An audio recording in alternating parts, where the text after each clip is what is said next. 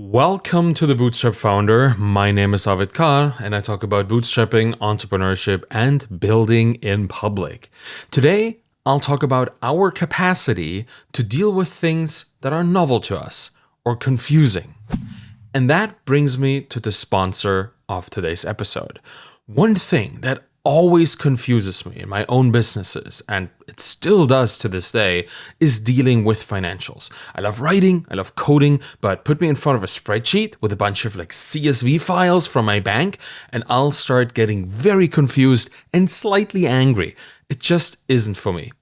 I was just doing my taxes over the weekend, and anything with these kind of numbers just confuses me. It still feels like there are small waves of rage coming up every now and then.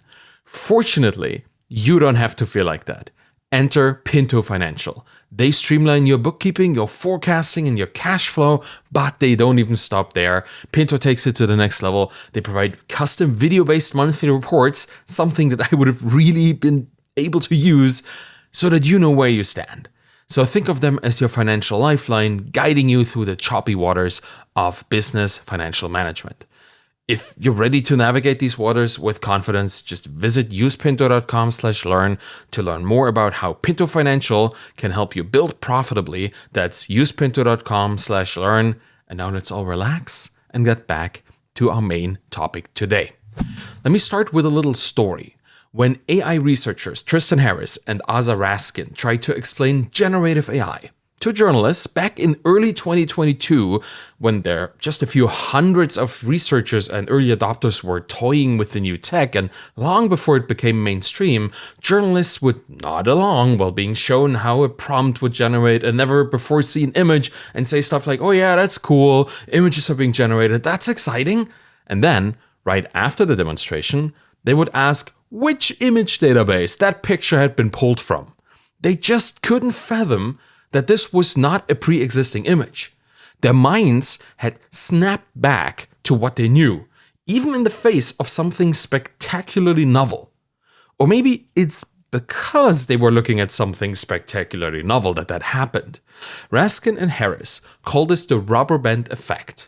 At some point, our cognitive capacity to understand something entirely dissimilar to what we already know just implodes, and we return to the safe defaults that we already know. Entrepreneurs face the same issues with their customers. Because when you build something that's significantly different from someone else's lived experience, their capacity to truly understand how the thing works is surprisingly limited. They push the boundaries of their mind while you show them, and they might nod along, but they snap right back to where they were just a short time later.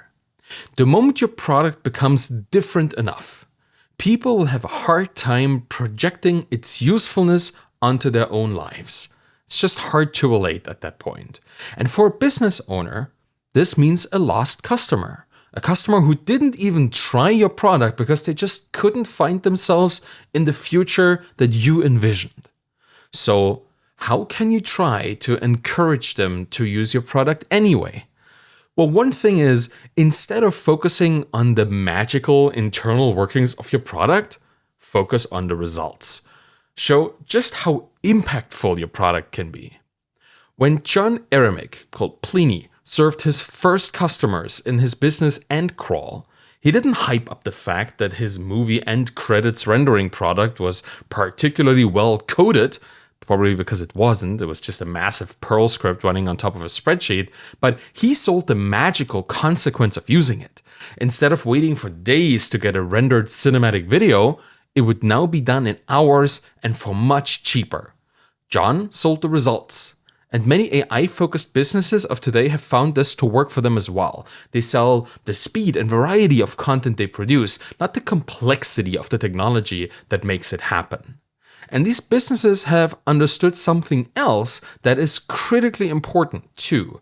Their product fits into the existing workflows of their customers.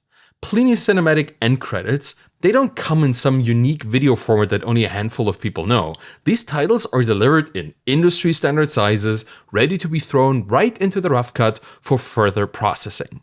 EndCrawl looks at the inputs too. They provide a SaaS to input all kinds of names and job titles that you see in their end crawl, and they offer a spreadsheet-based end credits template as well. They make it easy to get your data in and your movie out.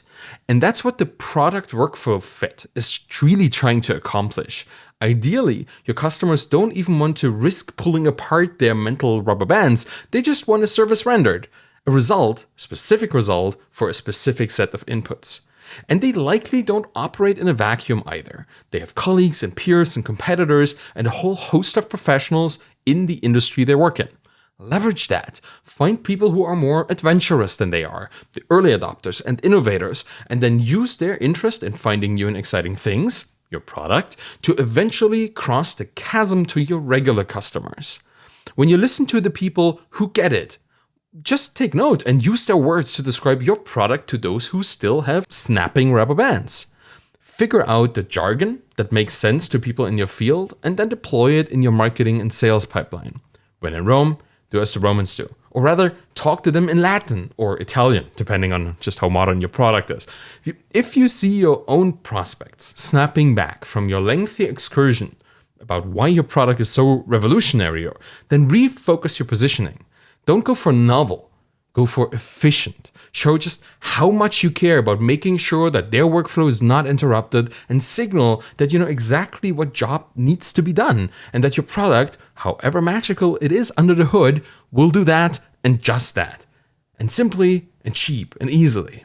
And while I'm all for stretching that rubber band a little in ourselves and in the lives of our customers who deserve better tools for their jobs, let's not forget that what we want is never the hammer or the nail or even the picture on the wall. What we want is to feel good looking at our loved ones. That's what that analogy is about, for me at least. So make it easy for people to understand how your product gets them to where they want to be, and they won't have to stretch their imagination. And that's it for today. Thank you for listening to The Bootstrap Founder. You can find me on Twitter at ArvidKahl, ARVIDKAHL, and you'll find my books and my Twitter course there as well. If you want to support me in the show, please subscribe to my YouTube channel, get this podcast in your podcast player of choice, and leave a rating and a review by going to ratethispodcast.com/founder. Any of this will really help the show, so thank you so much for listening and have a wonderful day. Bye-bye.